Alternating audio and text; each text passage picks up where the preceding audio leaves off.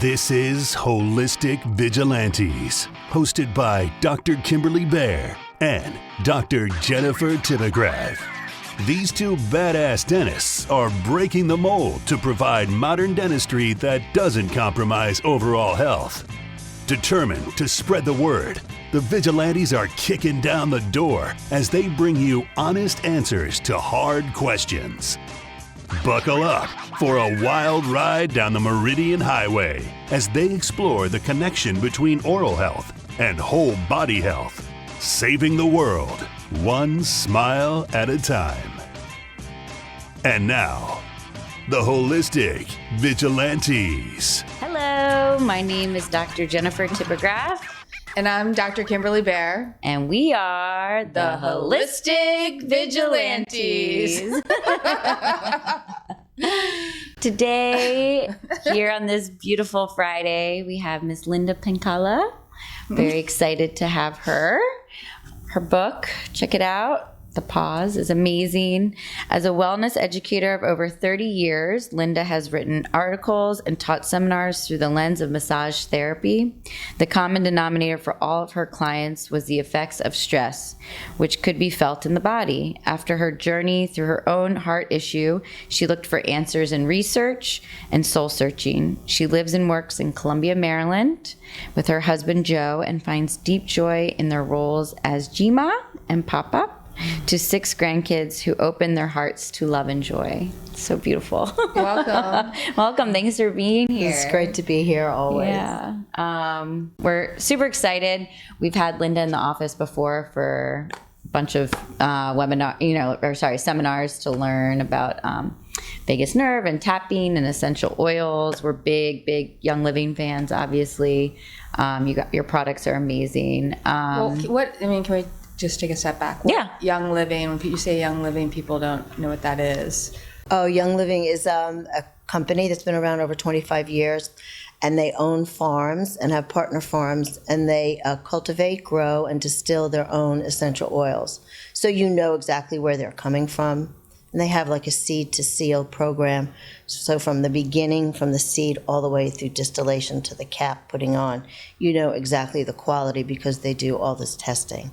So contrary to other places where you don't know where the oil comes from. So I've been using them for 17 years now, daily with my family, myself, and also with my clients. Yeah. And your pets too, right? Pets too. Yeah, I'll be teaching a pet class. Yeah. So I'll give that to you guys Sure. so you can put it out to your tribes. That'll be on the 22nd, Tuesday at 7:30. Yeah, that's so great. I'll be teaching about that. Speaking of pets, animals, I think it's very, very, very cool. You used to be a horse jockey. Yes. A lot of people are fascinated by that. Yeah. So I moved from New York to Maryland in 1977, and I began my career down here. And so I became the leading female rider in 1979, 80, 81.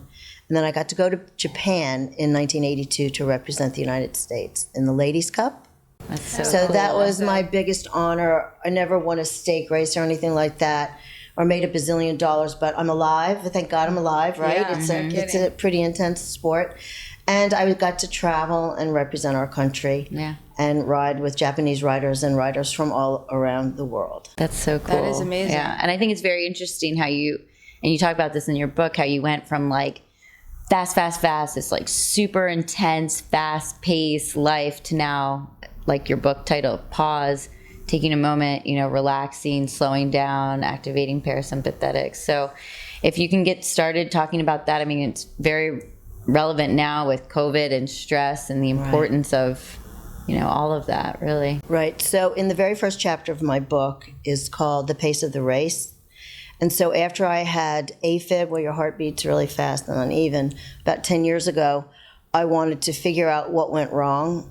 And so when I was told that all my numbers, my thyroid, my glucose, everything was normal, you walk away from a doctor or ER or whatever and you say, but what really happened? Root cause. Was that? What was the cause? I always want to know the cause, don't we? Like you want to know what's the cause of that infection in somebody's mouth, right? So I went on a kind of like a research witch hunt, if you will, and I love doing research, and then I wrote about it, and then I created my Wise Women Heart Health program because I saw stress was huge. And so I saw that I wasn't doing a very good job in my life of dealing with stress. And here I am as a holistic educator myself, touching and feeling people's stress every day through massage. And so I said, well, something needs to be done. So through my massage therapy practice and through my learning, I teach people how to access the parasympathetic nervous system, because most of us post-COVID now, and now watching this conflict, global conflict in the world, we all need to find a space of calm. And so we are all going way too fast, as I was. And so about 2 years ago, I said, I got this divine download that, Linda, you need to meditate every day. It was January 2020. And you know me, I'm pretty fast-paced. I'm from New York, and I talk fast, I move fast, I walk fast. But something told me that, I do need to meditate every day. And to this day, I do meditate. And I think that really helped me get through the pandemic of being home, being told I had to stay home, not work, don't go to the office, shelter in place. We never heard that term, right? Sure. Don't drive, don't go anywhere. So that was hard, wasn't it? It was tough. Yeah. That was tough. But the good news is we all made it through it, right? We survived it. And so now my goal in looking back on all that and seeing the remnants of COVID now is to, now we need to thrive. We need to teach people how to thrive. And the three of us in our holistic businesses here, we need to teach people how to take care of your mouth, the bacteria in your mouth, so it doesn't end up in your heart. Sure. Yeah. So there, another step back, sorry. Yeah. So everyone understands, because a lot of people don't understand. You have two basic systems in your body. You have the sympathetic nervous system and the parasympathetic nervous system. And the sympathetic nervous system is what a lot of us are in far too much. It was created basically for survival. It's a flight or flight. It's like adrenals. You know, you're run from the beast. Yeah, for survival. And our society, especially this area of the world, you see a lot of adrenal fatigue, which happens when you're constantly in that rushing around, trying to get through things. And the parasympathetic is what is your relaxing state, joy, meditation, things like that. Massage. And that is the state in which your body heals. And a huge problem when you hear people talk about adrenal fatigue and like different health issues is, and we see it in the dental office all the time, is that they are in sympathetic mode way too much, and they have a really, really, really tough time turning that off and going to parasympathetic. And so that's what Linda's talking about, is like that whole learning to slow down and like let your body heal and focus on the things you should focus on. Right, and the goal always is to be more in the parasympathetic nervous system, because that's the rest, repair, and digest phase of our bodies. And it's there for a reason, and it's good. But I like to explain to people the difference between parasympathetic and sympathetic. Think of it like the sympathetic nervous system with cortisol, adrenaline, or epinephrine, which is a good thing, but it's supposed to turn off. And what it's like the bully in a playground. Like the bully basketball player takes it from the kid when the kid never gets to take a shot, and it takes over and dominates the court, if you will. The sympathetic nervous system dominates everything in our body by being on all the time. So if you never let that other kid get the basketball, if you never let the parasympathetic nervous system get engaged, then you're dominated, which is why you guys see that adrenal fatigue, because the adrenals are working so hard. They're like, I kind of envision them as, they're supposed to be pumping out adrenaline, but they're so squeezed and so like looking like a prune because they're all wasted up. Because they're overworked, and it's hard for the adrenals to keep being in overdrive. And so all of these natural holistic things that I like to share with people, breathing, vagus nerve breathing, and also tapping, and to get massages regularly, all engage the parasympathetic nervous system. So you find a tool that works for you. You don't have to do everything I list in the book, but at least do something so that you don't end up having heart disease, because every 38 seconds someone dies of cardiovascular disease in this country. And so what I found was that us women are dying more of heart disease than men, which to me startled me. It just put me in overdrive, like, oh my gosh. And I said to myself, do women know this? And then when I read that in 1982 we surpassed men, I said to myself, something needs to be done. It would be a sin for me to just keep this little fun fact, a horrific fact, from people. So that's what made me be. The teacher in me made me have my program, made me teach, write articles. All that's fine. But the book was the big kahuna because women need to know that heart disease is our number one killer, but that we can control it. And doctors are saying it's the number one preventable illness that we have our hands in our life to control. We can control this. So I always say, as a former jockey, is take the reins of your life in your hands and do something about it to save yourself so that you don't end up in the hospital like I did. I don't want anyone to end up in the hospital like I did. Yeah. Yeah. I met you like maybe, was it 12 years ago? And you Linda turned me on to essential oils and educated me. And I, to this day, if you go upstairs, I have like a whole drawer full of them. And it was, first of all, it's surprisingly fun and an easy way for me to relax. And I still use, you've taught me so many important things. I'm still doing the frankincense. I'm still doing the peace and calm, I still do that. I used it with my children as they were growing up. Yeah. But yeah, it's, and one thing you told me, and I'm not gonna lie, I played around, but not all oils are created equal. You can definitely tell a difference. And Absolutely. people underestimate and think, oh, they just smell good, but they have very amazing healing properties and they've been used for centuries. And the senses are so important. Yes. Smell, touch, smell, all these things, and we tend to overlook certain ones. And I love what you do. And you smell so great. So every time I see Linda, I actually really, like my parasympathetic, I think is turned on just the smell of you. And I've been telling her this for years. I smell you and I'm like, so funny. and I can actually, my shoulders relax and I'm like, oh. So that's a great learning about how quickly a scent can get into our brain, and this is how it works. So the amygdala, which is in the brain, limbic portion of the brain, behind the eye, and when you smell a scent, it goes into the olfactory bulb, and that's the fastest way we can communicate to our brain and make a difference, right?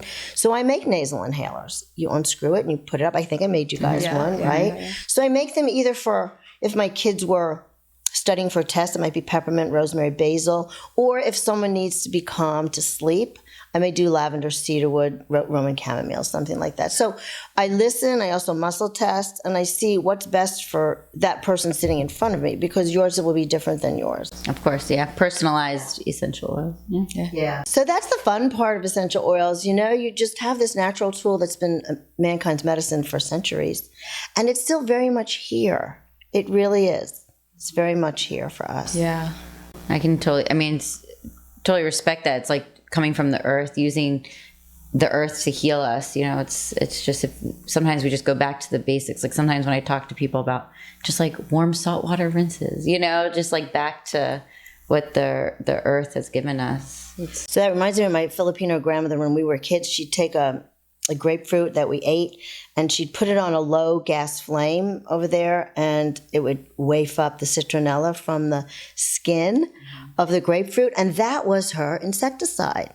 Like, she didn't have chemicals. She was very holistic, and that's where I get my holistic ways from it. She never talked about it. The word holistic wasn't even around in the 60s when I was a kid.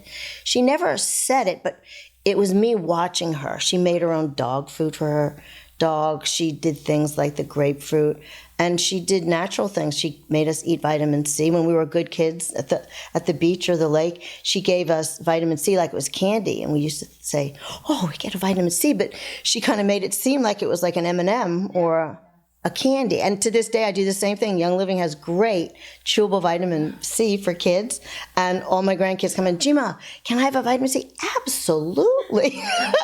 And because I don't have candy in my house, I'm not going to give them sugar. So pass that out. So can we talk a little bit about the vagus nerve? Oh, sure. Sure. So I'll sit forward a little bit. So the vagus nerve, which means winding in Latin, is the longest nerve in the body. And so it begins down here in the abdominal cavity, and it comes all the way up through all your organs, next to the carotid artery, through the lungs, heart, all the way up next to the carotid artery, into the brain and ear. So where we can access it is the ear, right here. So some of the tools that we could use is, as a massage therapist, let me come back so you could hear me well, is you could do this with your kids or anyone that really needs to relax, is the auricular branch of the vagus nerve is right here in the ear, right here. And so when we can Massage it with an oil would make it even better. So if you do just one drop, and again, these oils are so strong, right? One drop, touch, and then you massage it like this, all around. You could pull it down. Then I teach a breathing technique. When I teach online during the day, I teach breathing when you breathe into the belly first, then the chest, and then on the exhale you can go,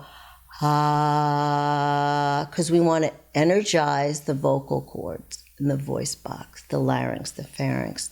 This is the most important component where the humming and the vibration wakes it up. So our goal is constantly to wake up the vagus nerve. And breathing is the easiest way to do it. You could be driving to work. Inhale. Instead of singing a song that you love on the way, going around the beltway, going to work, you hum it. And you're helping your parasympathetic nervous system coming into your day. At night, you do that belly breathing. At least do 5. I do 5. And the best thing is to put a finger in the ear or behind the ear and do that. And exhale. It's just the same way that the people that meditate, all of the, deep meditators would go, They kind of knew that vibration took them to this other place. So instead of you being up on the 12th floor in the elevator, you come all the way down to the basement. And you come back into yourself. And there's something about the vibration of humming and that sense of being more integrated with your body that takes you to that safe place. Because the world out there is crazy. We need to have a safe place. Sure. Yeah, no, and it definitely, I learned about the humming too when I had kids. So when you put them on you and you're putting them to sleep or whatever, and if you're humming or whatever, it's they can feel that vibration in your throat, and it's it's obviously soothing for us as the mom or the caretaker, but for the child too. I still do it with my son at night, just humming, and it's he just goes right, drifts off. It's very nice. And teaching kids that is really important. So when you really get a little upset when you're in the bathroom or walking down the hall, you can inhale. And then the exhale. If a kid hears you, they might say, "What in the world are you doing?" But you know how kids are. But say for your son studying for a test or whatever, and you really need to calm down because you have anxiety about a test or studying, and besides smelling peppermint or rosemary or basil, just getting into your parasympathetic nervous system is going to help your brain function better, because the sympathetic nervous system is only there for temporary things, fight, flight, or freeze, just for the moment, and then it's supposed to turn off.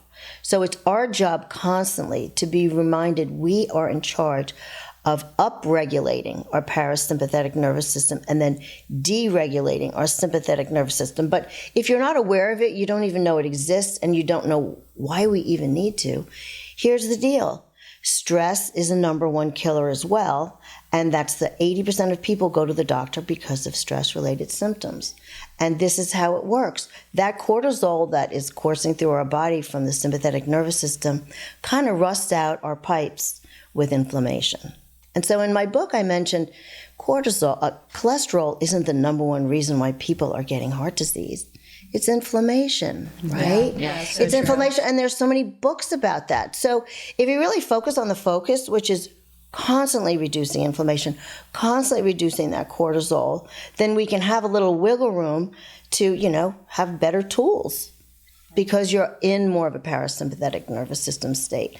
And so all that rusting of your pipes, your blood, your vessels, your capillaries, all of that ends up over time, and due to the cortisol, it ends up setting you into chronic inflammation and then heart disease. How about laughter? Laughter's so important. It's so key.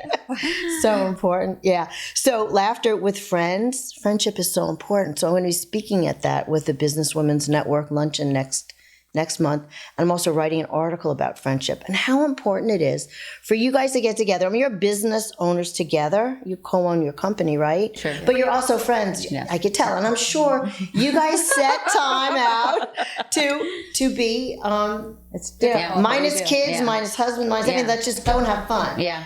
Wherever it is. It's very important. Chillax. Yeah, My granddaughter Olivia says, chillax, Gima. Yeah. Chillax. And that's important. But what does that do?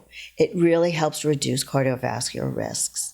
being with friends on a regular basis. Yeah. And calling up friends, checking in, seeing how they made it through the pandemic. Sure. How are you? I haven't seen you in 2 years. Here we are. It's been 2 years now. I'm sure we all have friends that we haven't seen. Yeah. So call them up, check in. Hey, we're coming to the summer. Maybe we could just go away for a day or meet for dinner or have a whole bunch of your friends come together because it's so important. And loneliness is part of cardiovascular disease too. Yeah, I agree. I feel, COVID was obviously hard for many people in many different ways. I feel like very fortunate, and I hope I don't get too much emotional talking about this, but like for Kim and I mean, we stayed open through the pandemic. We thought that us being open and taking precautions was better, for someone, for example, if they have a toothache, than going to the ER. Well, they couldn't even be seen at the What's ER. the ER? If they could even get in, and B, what are they going to do? So we stayed open, and in a way, like our daily life, our routine wasn't so interrupted because we got to see each other every day still of the pandemic. Like most people were home because their jobs allowed them to work from home, or they didn't have their job or whatever it may be. But like, we can't work from home. Like we have to go to the office. So it's like, I could really see some of my friends and family members who were suffering from that sharp, drastic interruption to daily life. And I was like, I need to find a way to like relate to them, but also it's hard because it's like my daily life has continued. I get to see my best friend and business partner and everything every day still, and so I definitely understand what you're saying about connecting with people, because as some of my friends have become more comfortable going back out and doing things, like they're Some people are so not. appreciative, but yeah, some people are not, and I think that comes in with like having to be desensitized probably to like public life again, these people that I have friends who like were scared to use a public restroom after pandemic, just certain things, and everyone will have to come on their own time. I don't know, but you're laughing. You have a great story, but I don't think you want to share it. Oh, which one? About the bathroom, your friend's house. I don't remember the story. That's a good one. Do you want to share it? You weren't allowed to use the bathroom? Yeah. Oh, wow. Oh, yeah. Yes, this was like during the height of the pandemic. We were having an outdoor shindig, and when you're in the pandemic, but you have to go to the bathroom, what are you gonna do? You can't go inside someone's house, but you find a way, figure it out. But that takes me all around to fear. There's a lot of people still fear-based, right? Right, Kim? It's sad. It's really sad. But that's the amygdala. So here's the deal. That's the amygdala grabbing hold of that and saying, nope, still not safe out there. Nope, still got to wear a mask 24/7. No, people driving wearing a mask. Okay, that's fine if you have to do that. But that is evident that people are still really afraid of something, right? And so all that fear is like hijacking. Yeah, I mean, tie that in with brains. inflammation. I mean, Exactly. yeah. It stopped making sense. But I think also tolerance is I had to learn tolerance is so important right Compassion. now, and for both ways. Yes, It goes both ways. absolutely. Like I'm happy that I live in a country where everyone doesn't have to agree, and I think Right. that it's Right. good to acknowledge that and say, okay, I might not agree with what this person is doing or this person believes, but I'm happy that we can both coexist and Sure. be tolerant. Right. Like this week is my second week of not wearing a mask, massaging. And last week was the first. And I say to my client as they walk into my home where I work, in the lower level, I said, I'm not wearing a mask, but if you want me to, I will. And if you need to wear a mask, that's fine, I will as well.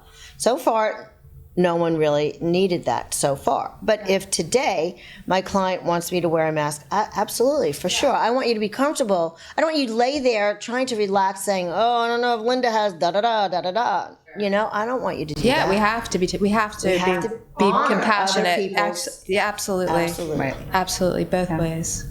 Yeah, because in the beginning, when I was told I can't work anymore in the office I had in Columbia, and I had to go home and not work, and then I tried to get unemployment, which was so hard. That was so stressful. Unemployment 2 years ago, like April, May, I was on the computer trying to figure out all this stuff. It's really hard. And so many people were doing the same thing, and so many things crashed. But then I said to myself, well, I don't even know if I want to come back in August. Maybe I should retire, and I don't want to wear a mask. So I had a pity party with myself. I truly did. I said, nope, not doing it. Yeah. You reach a point where I'm not doing that. That rebel in you, and I got some rebel in me, absolutely. Yeah. I'm not wearing a mask while it's so physical what I do. Right. And an hour and a half, like yesterday I had 4 hour and a half, so I had 6 hours of body work. Yeah. And thank God I didn't have to wear a mask, but I wouldn't have done that if I had to wear a mask. I was down to 3 a day max or 2. We really do value the importance of body work, especially when we're doing any type of dental procedures or appliances, things like that. I mean, I know you talk about, with the correlation of dental health and stress and heart and everything. Do you mind just talking about that a little bit with us? Oh, sure. It's important. Well, you guys are the dentists, though. Yeah. But I think number 8 is of my 9 pillars of heart disease prevention is getting regular dental care annually, like twice a year, for cleaning, so that a dentist can be on top of what's going on with gum disease. And so on LinkedIn yesterday, I mentioned Paracelsus Clinic that I mentioned in my book. Yes. And so Dr. Rao over there, they are the leader of holistic dentistry and also the holistic movement back in the 60s. Not Dr. Rao, another doctor started it, and their whole thesis is that most illness and disease starts in the mouth. Yeah. And that's the basis for a lot of disease processes. So taking care of your mouth, and they have a state-of-the-art dental lab there. So when I was doing my research and I saw that, and then the link between your mouth and heart health, like in our country, I think the medical people don't want to connect it as much as the holistic people do.